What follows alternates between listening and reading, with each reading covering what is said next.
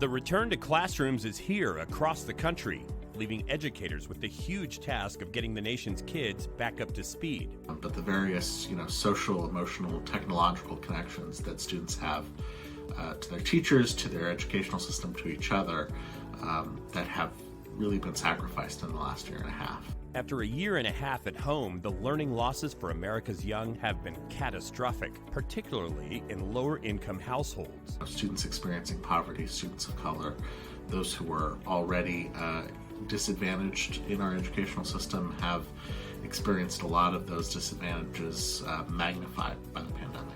A lifeline was offered by President Biden back in March of 2021. Federal government is sending $125 billion to schools across the country.